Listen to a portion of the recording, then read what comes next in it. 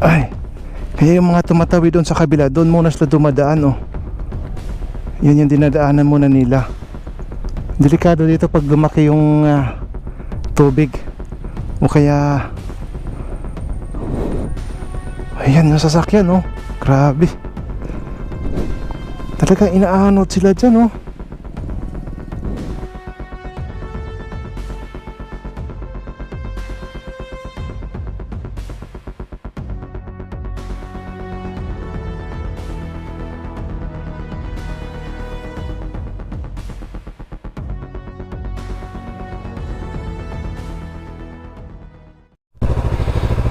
So, yun.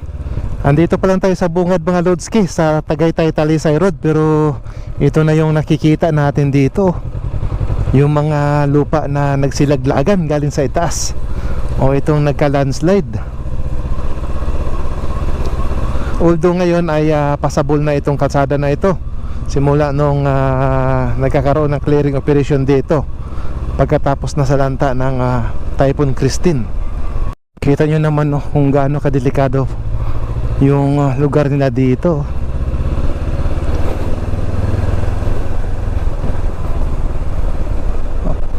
Ang lalaki ng mga bangin. Nakakatakot ito sa landslide. Yun, oh, parang nagbibiyak-biyak yung yung bato sa gilid. Parang pag nakikita mo, anytime pwede silang bumagsak dito sa kalsada. Tapos tumutulo pa yung tubig.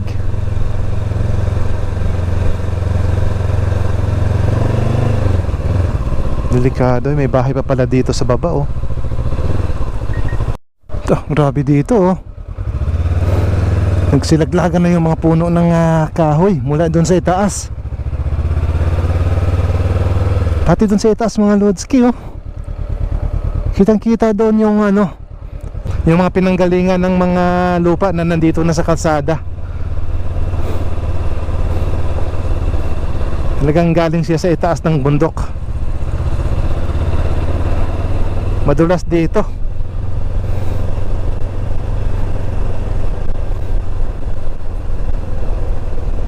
Kapag naulan maging putik, tapos kapag tuyo naman ay maging alikabok, kaya madulas. Grabe nangyari dito, oh.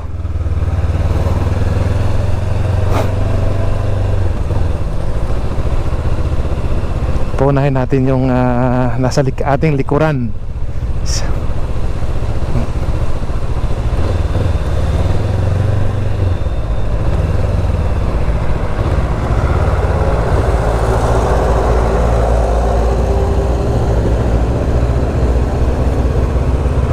Grabe, oh. Hindi lang isa, dalawa o tatlong lugar ang nagka-landslide dito. Ang daming mga area na talagang bumigay dahil sa lakas ng ulan nung panahon ng Bagyong Christine. Pati dito, oh.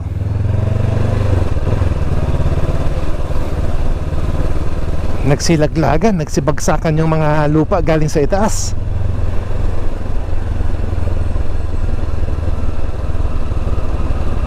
Ayun, oh. Although talagang may nakalagay silang pangharang, pero siguro sa sobrang bigat ng buhos ng lupa, hindi na natitigilan, hindi na napipigilan. Uy, madulas yun, dahan-dahan tayo dito kasi madulas yung lupa.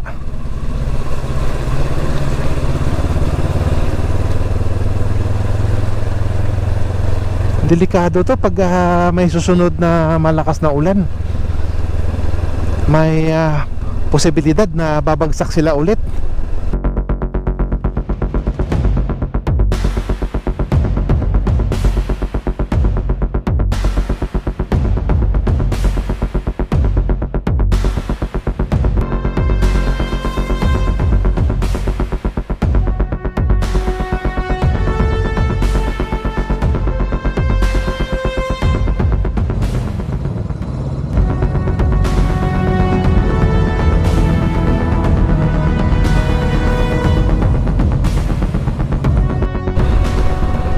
Pati dito oh.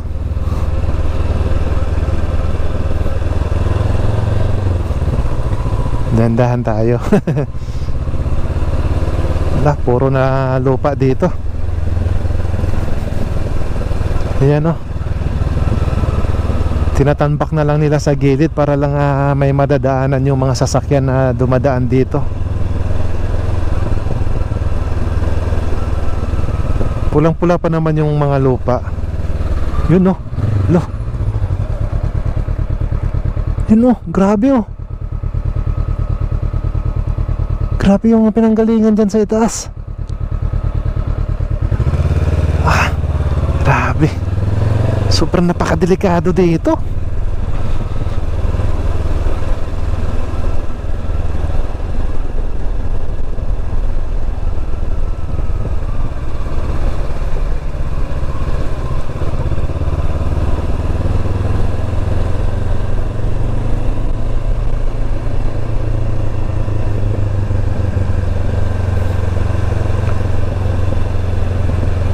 Ayan no.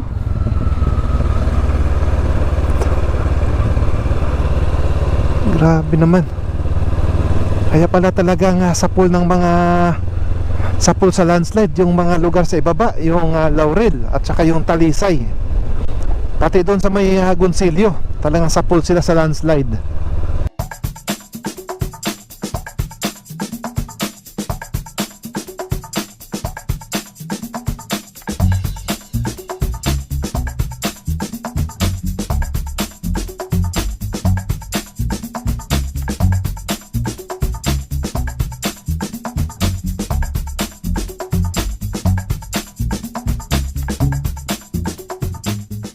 Alright. So ayun mga Lodski. So nandito na tayo sa may Talisay, dito sa may Batangas City. So pagkakaliwa tayo dyan ay papuntang Tanawan yan, papuntang ECTEX or papuntang Manila. Pwede rin papuntang Batangas City. So yan, sa unahan dyan ay Taal Lake na yan. So babaybayin yan yung gilid ng Taal papuntang Tanawan. Kapag kakanan naman tayo dito ay papunta yan ng Agoncillo, papuntang Laurel dito sa Batangas, o kaya papuntang Lemery, papuntang Mabini, o kaya papuntang Nasugbo. Kakanan tayo dito para marating natin yung para marating natin ang Laurel dito sa Batangas. Puro tubig pa pala dito.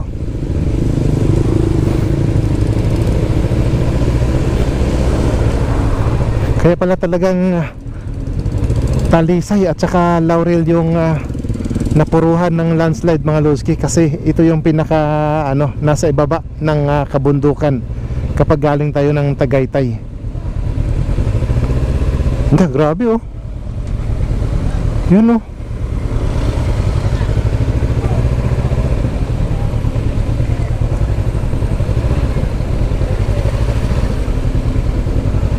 Bumabaha ng putik talaga dito oh. Ito yung lugar ng Talisay dito sa Batangas.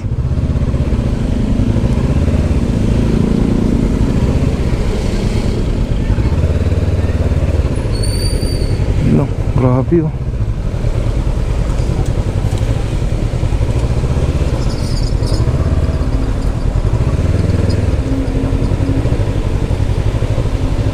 So hanggang ngayon ay todo pa rin yung paglilinis nila sa mga napuruhan ng landslide dito sa Talisay sa Batangas.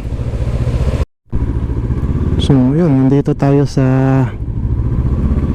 bayan proper ng Laurel. So ongoing pa rin yung paglilinis nila dito sa mismong bayan ng Laurel. No right turn, so one way.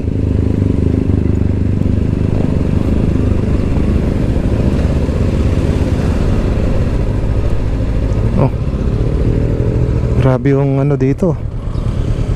Andito pa rin yung mga tambak-tambak ng mga lupa. Diretsuhin natin doon sa unahan kasi Andoon daw yung yung tulay na naputol dito. Ay boss, good morning. Ang dulas. Ang dulas dito.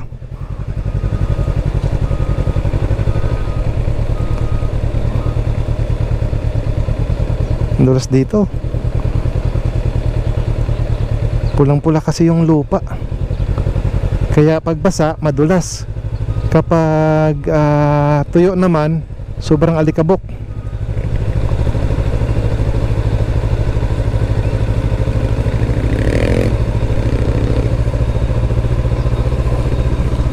Grabe yung mga kabahayan dito, oh. Hala, oh.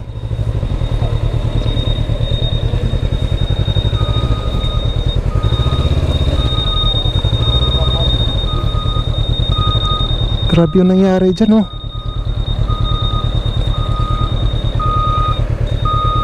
Hala.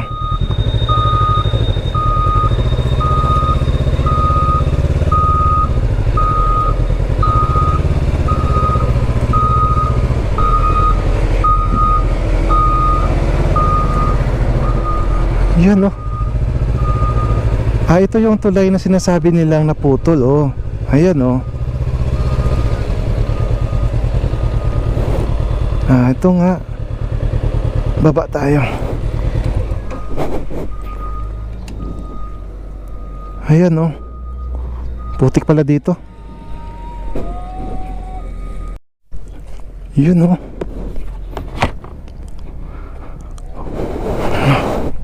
Ay, kaya yung mga tumatawid doon sa kabila, doon muna sila dumadaan, oh. Yan yung dinadaanan muna nila.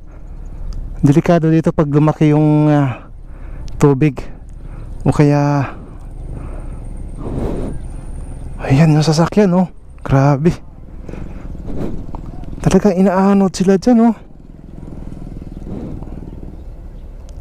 Hala.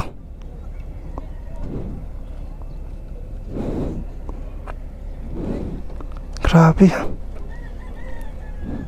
Talagang inaanod kasi doon sa unahan, ano na yan, eh, Taal Lake. So yung tubig talagang papunta doon lahat.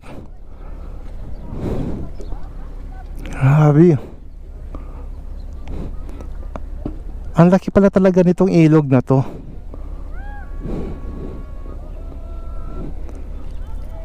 Yung mga barangay dyan sa unahan, hindi na mapapasok kasi yung kalsada naman doon sa may Agoncillo ay putol.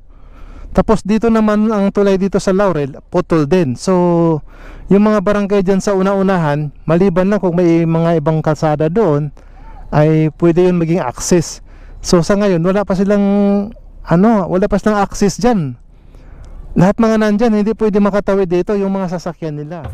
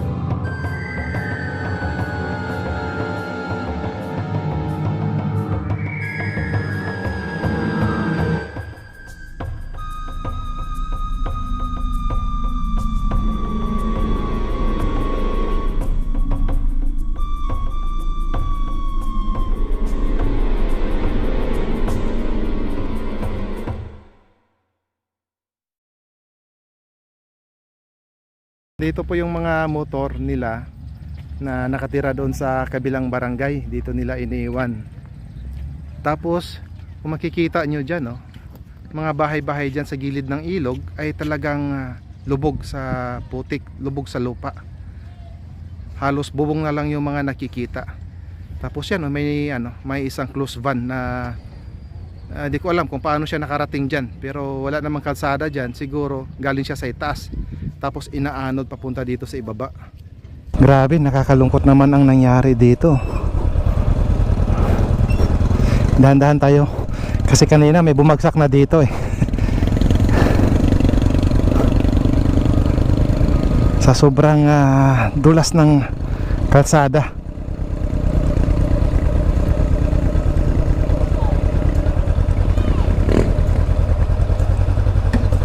Yeah. Grabe oh. Hanggang doon niya sa dulo oh.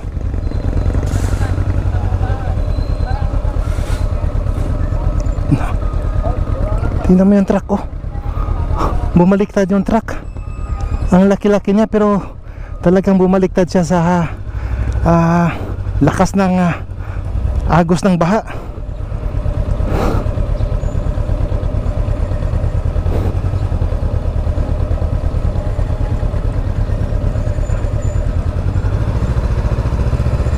Daan muna kami.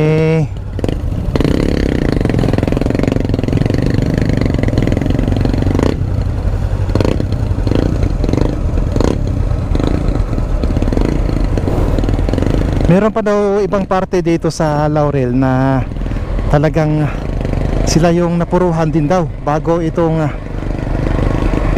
proper ng Laurel, yung barangay dyan sa itaas sa may Purok 5 daw.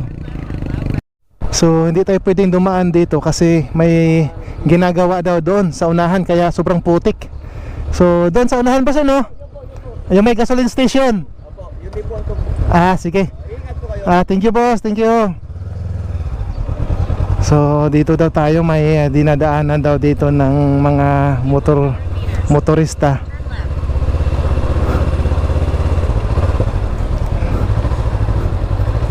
Okay.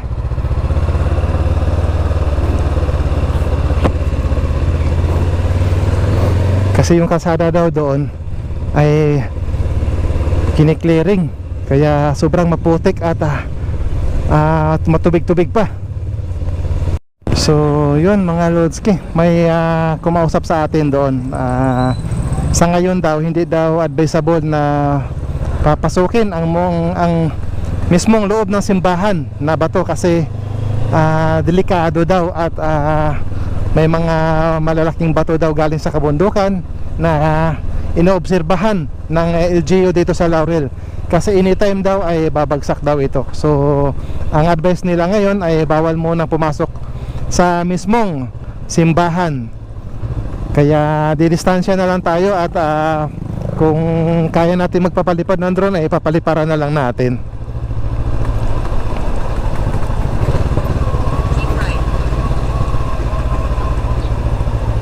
Ilog. Ay, dito tayo pala sa kanan.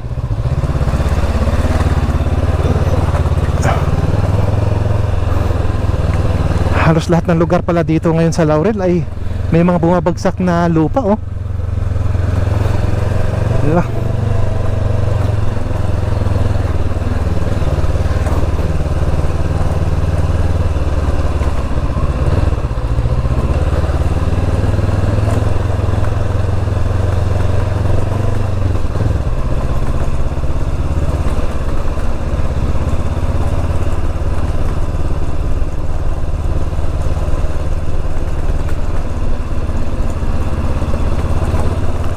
Dire-diretso.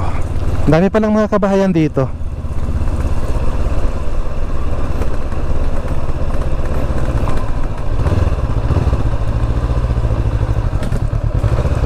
Saan ba yung simbahang bato? Wala pa ako nakita simbahan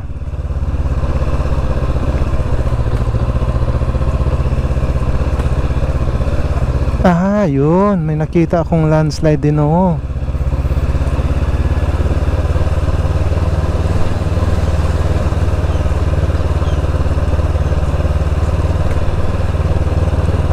So hindi na lang tayo lalapit mismong Diyan sa may simbahan.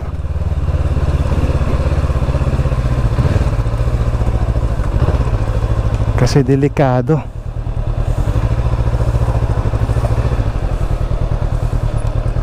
Ayan oh.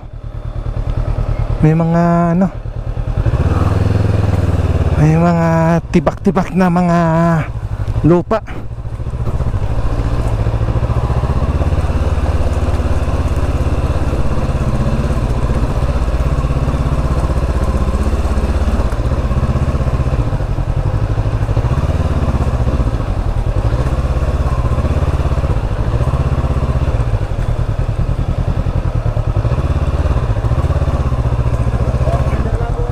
Dito na lang po. Hindi po. Dito na lang daw tayo. Hindi tayo pwedeng lumapit doon sa may looban. Ay, kable pala ito. So yun, nandito tayo malapit sa may simbahan na bato. Ayan oh, tanaw natin yung simbahan na bato. Kaso yun sa itaas, ay ano, parang nagbiyak-biyak yung mga bato sa itaas ng kabundukan. So ayun oh, makikita natin dito sa ating likuran. Ayan yung simbahan na bato. Tapos sa itaas nito ay nagbiak-biak yung mga malalaking bato.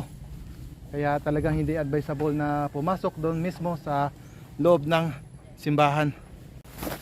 Boss, bawal ngayon sa loob ng simbahan. Delikado pa no? May pupunta pang mga engineer siguro para makita kung safety ba no? Nung bumagyo, boss, nung bagyong Christine, wala namang nagsilaglagan masyado ditong lupa. Wala naman po. Yun lang sir sa magkabila po. Ito. Yung simbahan po, wala. Yung simbahan hindi na daganan. Ang galing no? Talagang solid na solid. Gaano ba kalaki yung simbahan? Malaki sir, Pag nasa loob? Mga ganitong area, ganyan. wala naman po kaya kalaki yung mga... Kalahati. So malaki nga, no? So wala muna activities sa simbahan kasi delikado pa. Buti dito hindi masyadong na no? Hindi katulad dun sa ibaba, maraming natabunan doon. Ang dami din pong guho dito. Marami din gumuguho. Yun nga lang, yung lupa pag guho, doon lang sila. Hindi po. May parang elementong tubig daw po tawag doon. Ano ang tawag? Elementong tubig. Oo, yung puwersa. Yung naputok muna po ang lupa tapos bubusok ng malakas. Oo. Pero may ilog ba dyan? Wala po. Kasi ang ilog yata nandito sa kanan, no? Ako dito po. Diyan sa may baba lang po dyan. Ilog na yan. Tapos may pangatin po na daan dito sa taas dito. Pababa naman po. Sa kabila naman yon. Grabe ang nangyari doon sa ibaba sa bayan. Ang daming hanap buhay na sila. Oo, dami din patay daw, nasa mga 50. Ang daming nga po. Hindi pa kasali yung mga missing daw doon, yung 50. Ang dami pong hindi nakikita. Oo, dami daw mga missing Sige boss, silipin ko lang dito saglit Pero di naman ako nalalapit.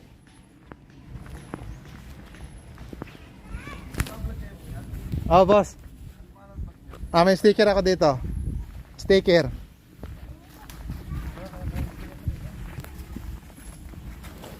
Ating i-stop ko yung mamaya pag tayo. Pwede. Papanood na rin natin. Ikaw na kumuha. Kunin nyo na yan. Ano pangalan mo, boss? Marlon to, Marlon. Marlon. Yan, shout out kay boss Marlon. Dito sa Laurel, Batangas. Silipin ko lang dito, boss,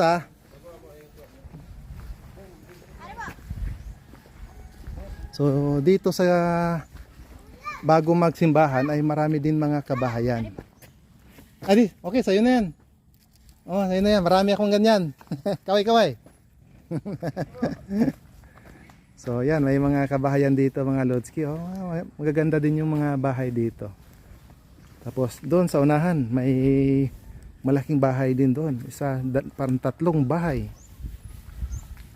Tapos, ayan yung simbahan.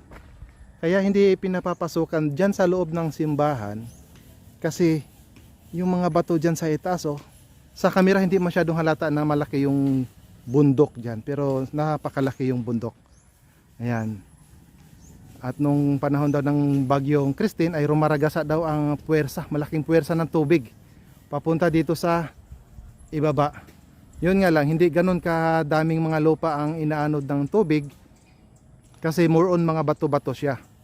Kaya siguro din tinatawag siya na simbahan na bato kasi yung buong bundok, kung makikita nyo, parang isang buong bato. Kaya tubig lang daw yung rumaragasa dito. Wala gaanong halong lupa.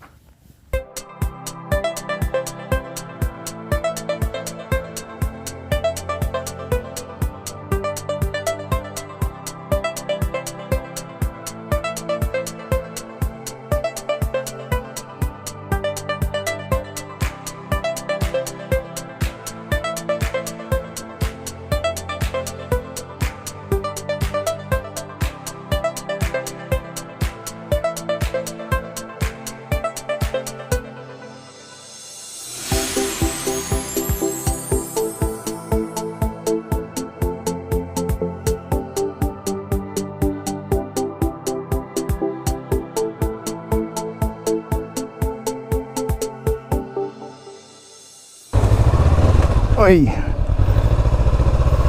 Boss, thank you. Thank you. Wala pang kuryente dito ngayon. Gagawin pa lang. Nagsilaglagan eh, no? Oo, nabagsak ka ng puno. Baka bukas. Sige boss, thank you. Thank you.